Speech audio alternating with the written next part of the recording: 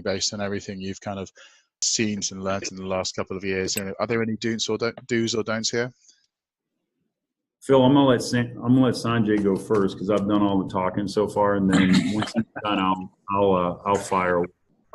Sure. Yeah, no, thank you. Look, we get a lot of interest in incoming pull for machine learning, and I think just to open up the discussion a little bit, Phil and Mike, I'm gonna push back on a couple of things I heard and agree wholeheartedly with other things I heard. I do think use cases in machine learning can be around top line growth, revenue increase, competitive differentiation, journey improvement, better risk management, and they can be around productivity and cost takeout. And I think by and large, at least in our work, we're finding that those use cases that have an impact on top line and competitiveness, and most importantly, journey experience, customer journey experience, seem to be getting a significant amount of traction, as opposed to use cases that are centered only around cost takeout. So that's sort of one way I think about use cases. Look, I mean, we, like Infinia, do a lot of work in this space, and I'll give you examples. We work with the top 3 wealth management firms in the world to use machine learning to be able to help them do portfolio analysis. And so think about large institutional investors like us, you know, and the companies that serve large institutional investors will take in something like 60,000 custodial statements a month. We take in, each of these statements are 400 pages long. There are 60 trades and derivatives and distributions and other sorts of associated financial paraphernalia in there. And we run it through a machine to basically extract all that information, put it into a structured database so clients can actually apply a configurable portfolio mechanism on it. You know, you might want to report this company as fixed income, and I might want to call it as a growth equity. And so be able to customize it and then actually produce a report. And that's, you know, that is a use case that addresses productivity. Clearly that work had to be done manually, but actually what it does is it addresses a significant issue for clients, which is they can't bill until they show the performance they've delivered. And so it's a line of business critical application as a use case. And we think that machine learning in those sorts of cases, I'll give you another example from banking. We do spreading. For the last 4 or 5 years, we've done this for many banks around the world. And what we do there is we'll take a portfolio, 5,000 balance sheets, 3 different languages, 2 different accounting standards, and we ingest all the information off of those balance sheets and create a score, risk score for each business in that portfolio, and then aggregate it across the businesses and present a score. And if you think about an exercise like that, it's allowing our banks to be much more responsive to the dynamic risk environment in the world and be a better business, right? And so it isn't just always about productivity and cost efficiency.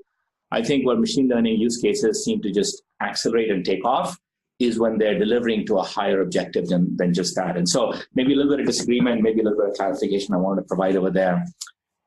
I think to your second question, Phil, I think the things that we advise clients on the journey of machine learning, I'd probably just boil it down to 2 or 3 things, right? First one is small wins.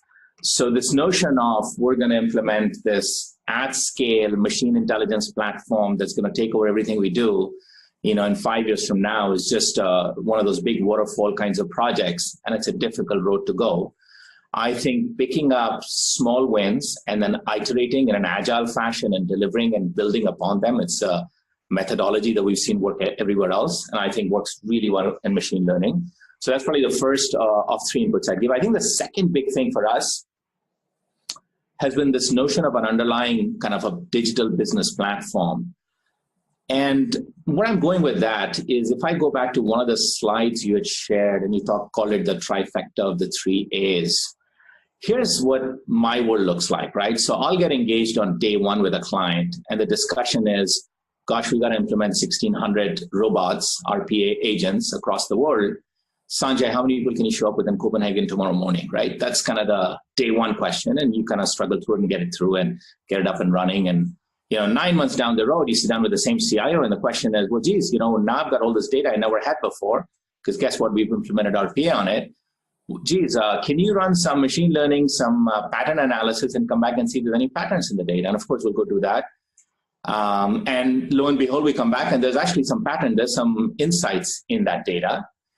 And then 6 months, 9 months into that exercise, the discussion becomes, well, geez, I mean, if we already know this stuff, why don't we put a conversational AI chatbot on the front end of it and let our vendors, our suppliers, our clients, our customers, our community basically self-query themselves, because we've got the answers all over here. And what I'm trying to point out here is that, you know, in many ways, these things become a journey. They're not a destination, and there are many stops on the way. And you actually don't know what's coming after the next stop you're going to take, because the data and the information you get will drive where you go next. And so one of the things we've learned, frankly, through a lot of mistakes, but we've learned now, is the necessity of a common backbone. You know, we call it a digital business platform. This notion of a framework and an architecture that has a service orchestration layer and the ability to mix and put and play and add and construct kind of Lego chips, right? Chips or Lego blocks around the service orchestration layer, kind of like this memory bus on a computer, and be able to design it. And that sort of gives you this level of continuity and this ability to be able to tie this together and protect your investment in the long run. So that's, I think, the second thing. And I think the third big one, and look, both of you talked a little bit about this. Phil, you spent quite a bit of time on this, which is the large issue around talent. And it's a real issue. It's difficult to find the talent. If you did find the talent, first off, there aren't enough anyway. And if you did find the talent, then it's difficult to bring them on, keep them, retain, et cetera, et cetera. And the long-term solution in our minds is a different solution. And so we are invested in a word I would summarize as bilinguals. And what I mean by a bilingual is that, you know, in our machine learning business, we aren't necessarily looking for that research scholar that's going to publish this fantastic analysis of pre-Victorian Shakespearean language, right? That's not where we're going. We don't need the best data scientists in the world for most of our enterprise applications that we put our heads around. But what we do need, and this is where I think it's been a great realization for us, are those bilinguals, right? They're the people that understand data science, they understand machine learning, they understand artificial intelligence techniques, and incidentally, many of these techniques are now getting abstracted into usable, you know, clickable UIs and so forth, right? But they also understand the domain, they understand the process, because once you change some component of a process, the handshakes upstream and downstream will completely change. And then can, you know, in the machine learning parlance, do goal orientation, and goal orientation will require an understanding of the business. They can do a distillation. They can do the contextualization that's necessary. And so one of the things I often spend time with our clients, advising them or helping them think through is, you know, in the end, you have to build a talent strategy within the company. This isn't an outsourceable business in the long run, because it is fundamental and intrinsic to your value proposition. And I think clients and companies that are getting started today about thinking about talent intrinsically, and perhaps using, in our mind, the bilingual analogy, but perhaps there are other answers as well, and solving for that upfront, I think is a big piece of the learning we have had. So I'll just stop there and turn it back to you. Thank you. And maybe I'll switch to Sandeep, who's been patiently on the line, because I'd like to get some of his perspective on his Chief Digital Officer mandate and how much ML is coming under his purview and how much he is engaging with it in his role. Yeah, thanks, Phil. And listening to our friends here so far on the call, I feel severely handicapped in terms of my knowledge of sophisticated words being used in this sphere. But what we are doing here at Mars is much more simpler. First of all, we don't have a machine learning vision or a digital vision. We have a growth vision, a growth strategy. And therefore, digital in service of that growth strategy is what we pursue. We then have created a simple digital engine, which is we use user-centric techniques, design thinking to find growth problems Then we use data, analytics, machine learning, AI to solve these problems. And then we use automation to institutionalize the solution, scale the solution so we can free ourselves up to find the next problem. So in the area of machine learning, we have not gone looking for machine learning problems. We have gone looking for growth problems for the company, and then used machine learning in our toolkit to sometimes solve it when the problem is very clear. As a result, however, we have, in the last 1 year, accomplished about 108 machine learning and advanced AI projects, not RPA. RPA is a different category, and we have done a lot of that as well. And we recently got a benchmarking done by a respected consulting firm who doesn't have a bone in this fight. And they believed that we had unlocked hundreds of millions of dollars of value just in this last 1 year. We have ramped up a team here internally of some of the most advanced machine learning, neural networks, scientists who have helped us then manage a partner ecosystem of 2 or 3 agile partners who do dozens of machine learning projects for us every day, and 25 startups who now do very unique, extremely advanced kind of work for us. This is in my purview, but the vision is very clear. The idea is not for a single department to go machine learning. The idea is for every Martian, and yes, we can call ourselves Martians because we are, every Martian to be amplified with machine learning as such. If you want a flavor of the work we are doing, go to YouTube and look up Snickers Hungerism. This was done almost a year ago in Australia, where we have taken a 3,000 word lexicon of words commonly found on the internet and measured the anger level in the internet, something that all of us are pretty used to since the internet nowadays gets angry very well. We have then used the anger level to launch a campaign with 7-Eleven on the simple platform of Snickers, which is you are not you when you are hungry, and then adjusted the price of a Snickers downwards every 10 minutes when the internet gets more angry. This is a complex problem to solve when you have to analyze 14,000 social posts, understand the anger sentiment, and then execute a price change physically in retail 7-Eleven stores every 10 minutes. The more the internet got angry, the lower the Snickers price dropped. The result in that small campaign was a 67% growth in sales, a 55% of growth in category, 30 million more impressions for me, and 4 million new consumers reached. That is an example of machine learning producing real results, and this is not even in the last 12 months. You can look at industry-wide world food safety challenges we are solving, like aflatoxin, which is one of the class 1 carcinogens affecting the food industry, where we opened up a strong AI program on Foldit. Foldit is a protein folding program, and this is advanced biochemistry, as advanced as it gets, that allows now more than 450,000 teenage gamers, these are not biochemistry specialists nor machine learning specialists, to come and build proteins on the Foldit program.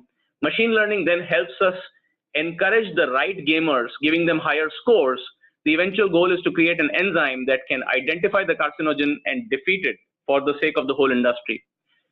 You can go to petinsight.com. This is a program we are running this year, where we are detecting the activities of your pet, the itching, the scratching, the eating, the drinking through a device we have called Whistle, over hundreds of thousands of dogs, to then unlock some unique insights that we can have to predict the wellness or the change in wellness of your pet and make the right interventions, given that we have one of the largest pet nutrition businesses and healthcare businesses in the world for pet care.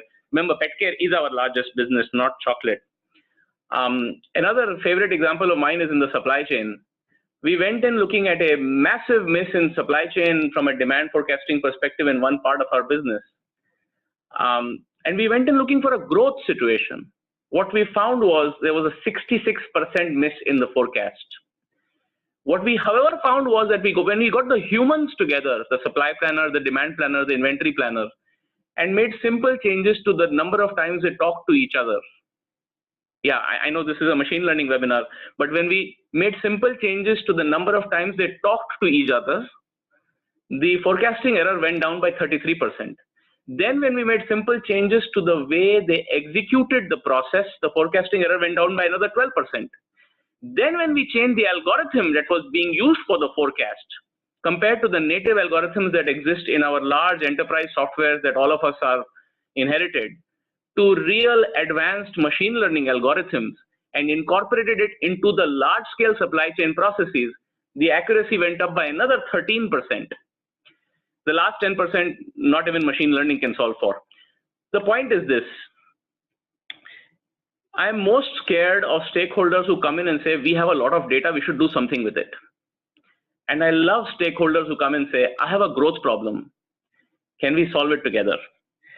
55 plus growth problems are what we have attacked so far. Everything from email marketing to X-rays, which help us with a radiologist in our company detect diseases, etc. for pets, to commodity trading, because every other commodity trader comes in with an algorithm. Our commodity traders can't go with a knife to a gunfight. To trade funds management, to consumer sentiment analysis that tells us what consumers are really talking about our brands right now, like right now. To sales effectiveness, to route to markets, to R&D, to manufacturing. I feel machine learning and AI has thrived in Mars, especially over the last 1 year. The opportunity, however, is to make this 100 times more powerful in every part of Mars. That is what we are working on. Thank you, Sandeep, for starting off telling us you had no experience and giving a very thorough run through of some of the things that you guys have been doing. Extremely impressive, and we'll come back to you shortly. I do want to hand on to Ritika briefly, because we have completed a pretty interesting study which we did with our friends at Infinia on the industry. So Ritika, if you just want to run through some of the key findings where we felt the industry is with this, that would be fantastic. Sure, Phil, thank you. And, you know, we heard some great examples from Mike, Sanjay, and Sandeep on the work their firms are doing at sort of the cutting edges of machine learning. So, yeah, it was interesting to kind of test the broader market on machine learning adoption, right? So let's bring some data into this discussion. We surveyed 153 data science decision makers across the global 2,000 2 to 3 months ago. And I don't want to spend too much time on this slide, because I think our conversation has already proven this point that, you know, machine learning is no longer considered overhyped. And instead, the majority of business leaders believe that it's already making business impact in their respective industries. So, you know, taking center stage in boardroom discussions, you know, we heard Sandeep talk about, you know, the growth vision that kind of machine learning plugs into. So it's, you know, absolutely viewed as an area where companies want to take a leadership position and be ahead of their competition. So you can flip over to the next slide. This is a little bit about the actual timeline for adoption. Now, over half the respondents here think that you know, machine learning is going to permeate and influence the majority of business operations in just 2 years' time, and then the next third thinks that it's a 5-year transition. Now, that's a pretty astounding, you know, expected spread of influence for such a, you know, relatively nascent and still developing technology. What it tells us is that, you know, the broad applicability of machine learning is clearly being understood, and we're seeing a pretty aggressive timeline for adoption. I mean, Sandeep was talking about going from sales to manufacturing to research, and you know, making machine learning adoption stronger in each area. So, Mike, can we actually bring you in to comment on this? Do you see a longer tail on, you know, talking about industrialized or embedded ML-based processes, or is this really a 2 to 3 year time to impact? I actually think, I mean, there's close to, when you hear the other two gentlemen talk about the space, love the focus on revenue growth, okay? You know, because the way I always looked at it is I would never let anybody in my office unless they made this technology made an impact on either the top line or the bottom line. So I always talk about increase revenue, decrease, you know, cost, one of the two. All right. my view is, there's at least, a 7 to 10 year backlog of stuff we can do.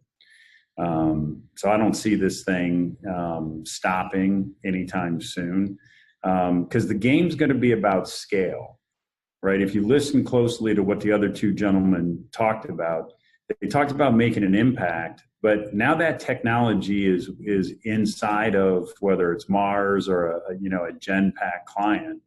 And what needs to be done is it should still learn over time.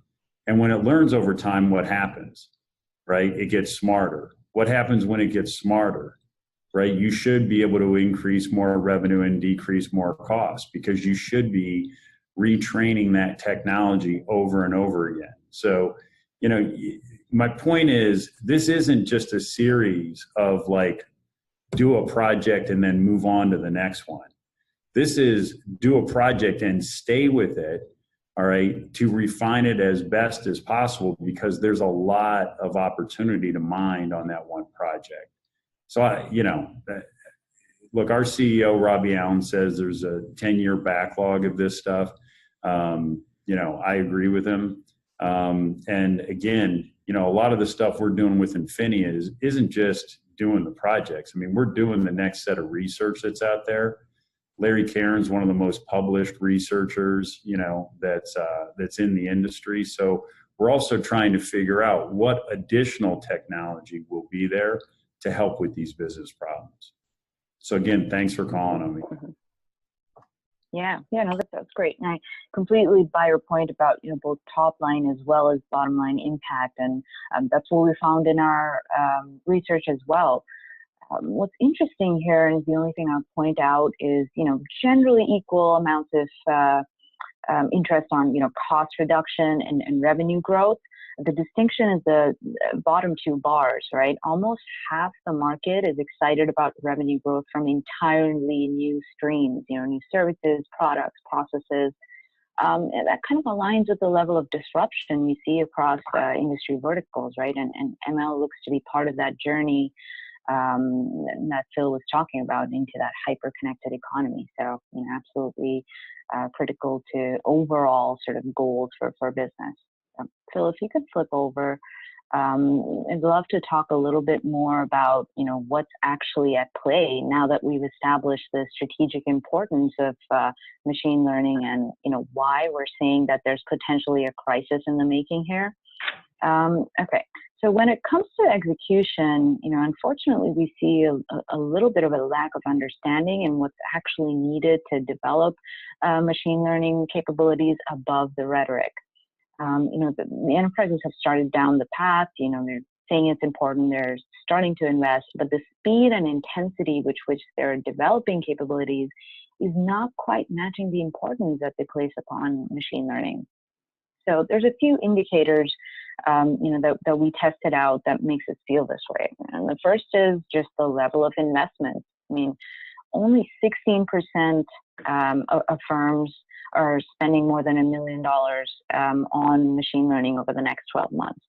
And the majority instead, expects between 50,000 to 500,000 on ML-related activities. And keep in mind that these are global 2,000 enterprises with greater than $1 billion in revenues, and that just doesn't match the expected on-ramp, right? Next, only 8% report having centralized their machine learning functions. And instead, we see a lot of firms having dispersed teams operating independently, and not just that, but not really collecting best practices either. So there's a lack of centralization of these capabilities. And on the last 2 points, we find few bets in play where only 1 in 10 enterprises is a power user, or what we can call a power user, that's running between 6 to 10 projects or more at any given time. Almost 2/3 are running between 1 and 3 machine learning experiments simultaneously today, which doesn't seem so bad, right? You have to start somewhere. Maybe your team is small, only a few business heads are investing right now. And this is important when we consider the last point. And that's the expected business impact of these experiments. And that's this chart you're seeing on the right.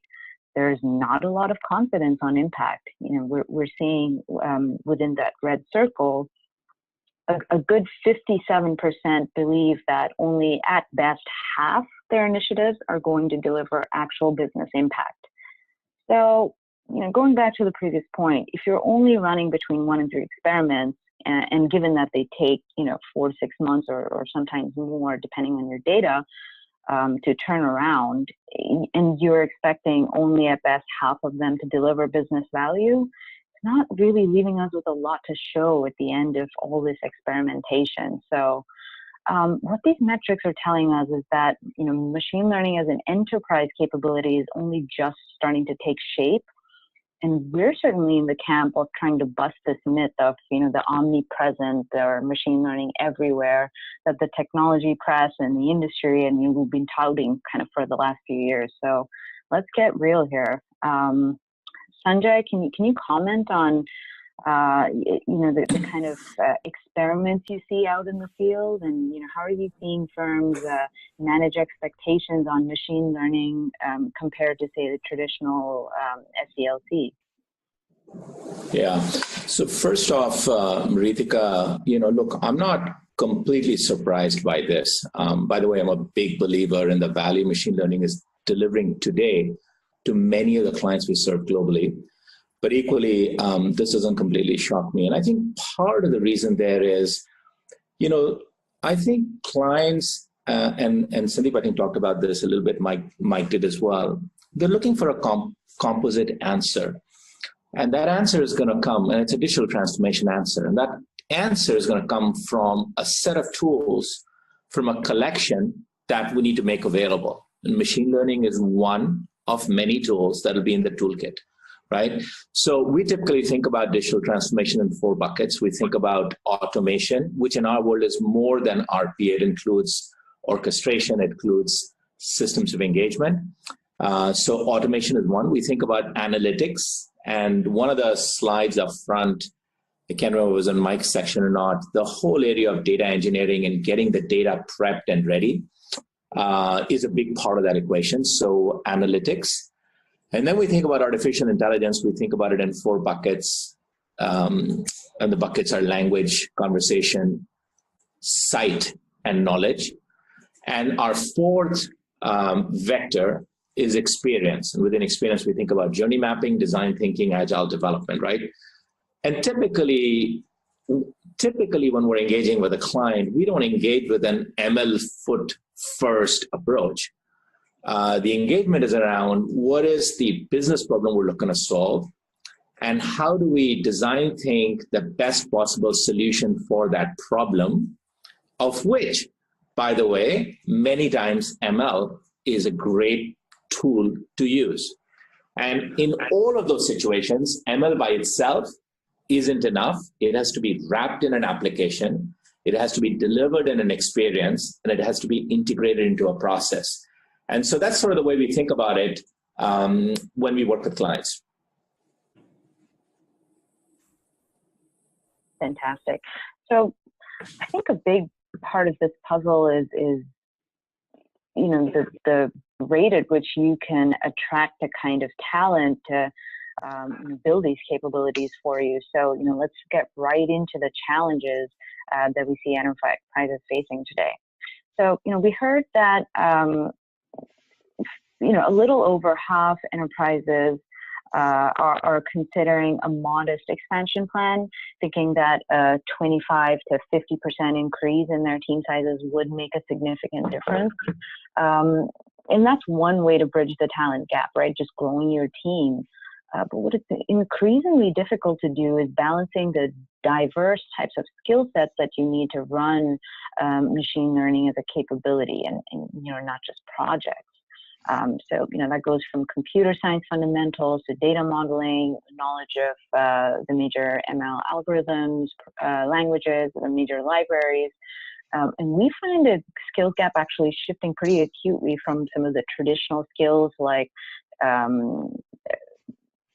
computer science fundamentals to areas like distributed computing, et cetera. So what's actually interesting apart from that is that red bar. The biggest talent gap that we see is not really something that you can get a formal education for necessarily. It's problem solving, analytical thinking, and curiosity. Now, this is not exactly something you can hire for or train for, but it's going to be increasingly valued in this field. How do we develop this as an industry? Let me actually flip over to Sandeep. I mean, do you see this challenge? Are you trying to expand the different kinds of skill sets? Yeah, of course we see this challenge, and we are very keen to build a lot of internal talent so that the right questions can get asked. What we have done so far, rightly or wrongly, is this needs education at the board level, at the senior management level. So instead of going and making presentations to them, we took all of them through a Learn Machine Learning in 1 hour program. So in 1 hour, using Excel, we threw a simple training program that I conducted myself along with my team, that allowed anybody, that guaranteed that a novice would learn machine learning. Our board and leadership, being the sports they are, they went through it. They went through a process by which they themselves could beat each other, compete with each other on a better machine learning algorithm in 1 hour. And also, in the last few minutes, realized that if they had 10 times the data they had, the accuracy of the algorithm increases massively. Ultimately, let's admit it, we are trying to correlate past patterns to predict future outcomes. That's all. We can call it as sophisticated names and recursive neural networks or convolutional neural networks or anything else that we talk about. We are basically finding patterns from the past to predict the future so that we can help ourselves better. Once this fundamental idea gets lodged with personal hands-on practice with board members, senior management teams, etc., then people start appreciating what kind of problems could be solved and hence what kind of talent is needed. Once people start appreciating that, then not just centrally, but in every department, in marketing, in sales, in supply, in R&D, people look for people who have that mindset and perhaps that talent. Our dream, our vision is to make every Martian proficient in analytics, in machine learning, and so on, whether it be a truck driver in Australia or a warehouse operator in China. This is not rocket science. Of course, there will be some advanced scientists sitting centrally helping solve some of the toughest problems we face. We are attracting outside talent in a massive way and internal talent, developing internal talent in a massive way. What has been most surprising to me is not the paucity of talent outside, but the abundance of internal talent who used to practice machine learning on the side. The new graduates in China who join us in marketing and supply and procurement, guess what is one thing they have done consistently in their graduate studies? Machine learning.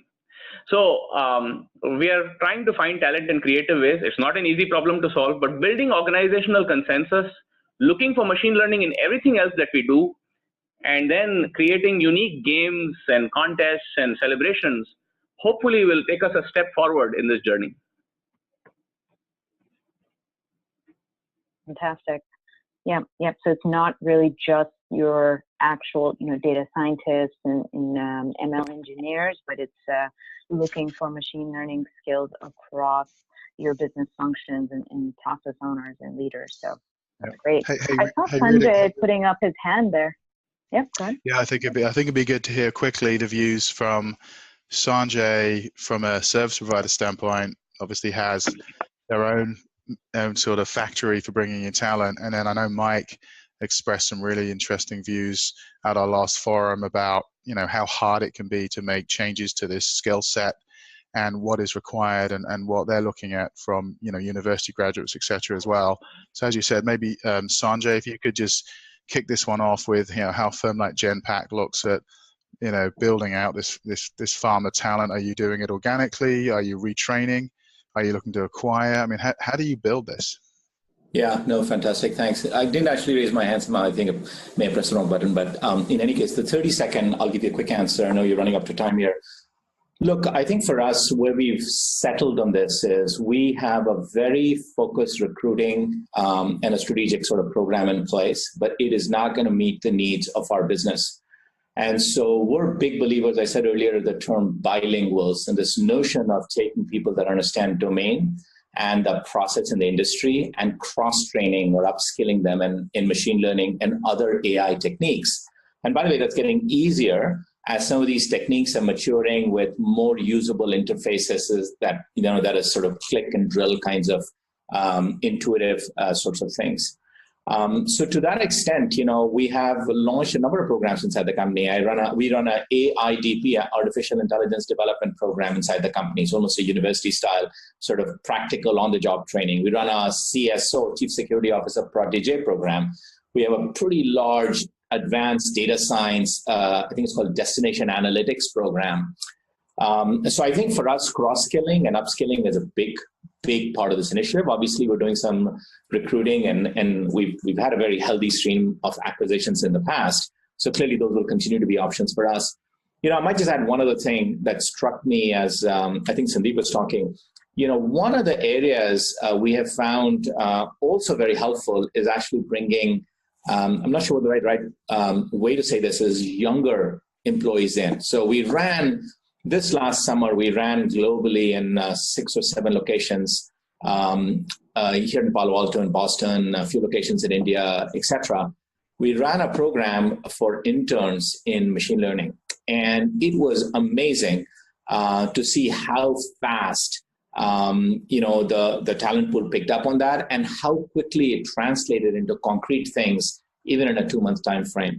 So, but it's a good, it's an important, the talent strategy is really important, right? I keep, a lot of boards that come through our offices here in Palo Alto will ask me the question, and I think to Mike's point, what's the maintainability and the longer term strategy around AI and machine learning? And clearly that feature erosion that Mike was talking about and how do you keep machine learning algorithms up to date is a big part. I think talent strategy, and we haven't touched on the third one, digital ethics are the other 2 large enterprise-wide initiatives and programs we urge the folks we work with to kind of kick off. So anyway, I'll stop there. Thanks. And I think we should definitely go straight to Mike to build on what you're talking about, because I think he's looking at it from a very pure perspective and would love to share some of what their experiences have been here with talent development. Thanks, Phil. I mean, look, ours is simple, right? The talent that we're looking at is in the red dotted box, right? Problem solving, analytical thinking, and curiosity. It could be anywhere from undergraduate to PhD. But what we will not bend on is it's a combination of computer science, mathematics, and statistics. Okay, and what I keep seeing companies run into is they focus on that first word bucket that I said, computer science, and quite frankly, you're not going to get the talent you need, even if you hire PhDs in computer science to get there, without the mathematics and the stats. Remember the slide I showed you at the end of my, prepared remarks, right? This game's about data, then it's development, then it's deployment, and then it's maintaining all 3 of those across the board to get these things get these pieces of technology to produce business results. So when you think stats and when you think math, it's about data. And if you don't understand what good data looks like, and I blew through, just for the sake, just from a time standpoint, Phil, the whole data set point. Because I can't tell you how many people I've run into that tell me about their data warehouses and their data lakes and their data streams and their data swamps. And you go in and you start looking at the data and they have no idea how to get started, right? It's not understandable. It's not usable. Quite frankly, the people that we're even engaging with that are supposed to be the experts can't even get access, right, to the data. Which is funny because people think, well, getting access to the data is easy. Well, not when you need, right, several hundreds of thousands of records. That's not easy to access in any company these days, just because of the security constraints. So I would anchor everybody back to, the talent is still positional. If you're trying to develop this stuff, then it'll be a combination of computer science, mathematics, and statistics. If you're trying to maintain it, the skill level shifts again. Okay, because it's a lot harder to retrain something that's already programmed than it is to come up with it themselves. So that's when you got to look at what level do you need in terms of, people to, to deal with the journey that you're already on.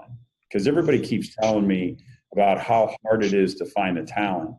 I'm not sure I agree with that anymore, right? I mean, when I was at Accenture and running Accenture operations, I would agree with that, but we quickly found the talent, right? And we found it in the university labs, because most Fortune 500 companies don't have labs, right? So they're really not doing the research that's needed. So I think it's a combination of three things, right? And it's that computer science, mathematics, stats that will get you what you need.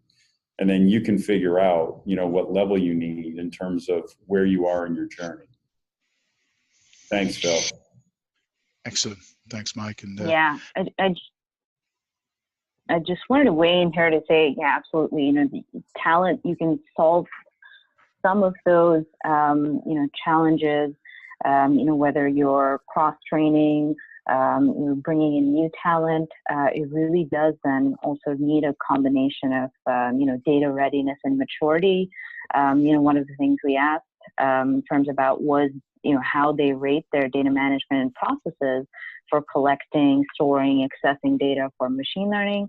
And we found really high levels of, good and world-class self-ratings. And we think those are very traditional yardsticks of data management that companies are using now, which when you're talking about machine learning, especially working with unstructured data, there's certainly new demands for what you need to be able to do and build foundationally.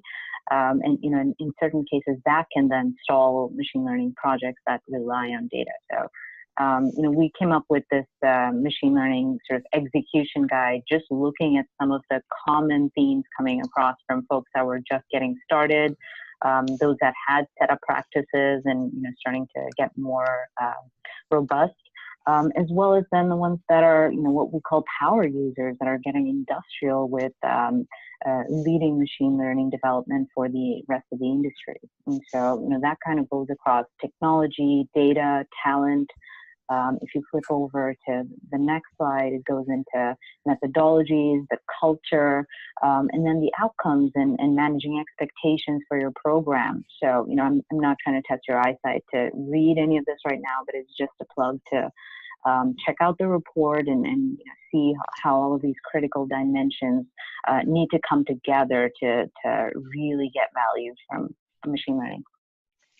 thank you, Rudiger. And I'm aware we're only 10 minutes over this time, but I'll get everybody to chime in with one last comment, which is what's the one thing they're going to take away from today's discussion that they'll go back to working on Monday to maybe share with their colleagues. So maybe Sandeep, if you could just sum up with that one thing that you're walking away with today. Yeah, find the right problem. Very simple. Sanjay from Genpact, one thing you're coming away with? You can't disagree with Sandeep's the first comment right off the bat. If I had to add a second one to that, I'd say get your data sorted out. It's a big part of getting machine learning right. Excellent. And last but certainly not least, Mike Salvino, one thing you're walking away with today. Yeah, I'll just build. Find the right problem, get the right data, then get the right people. There we go. Well, this is great. We're going to have a copy of this available on our website, hfsresearch.com. I'd probably be ready on Monday. We do have a lovely report that we've written, which there's the URL. You can find it if you just look at machine learning on our website, hfsresearch.com. It's free.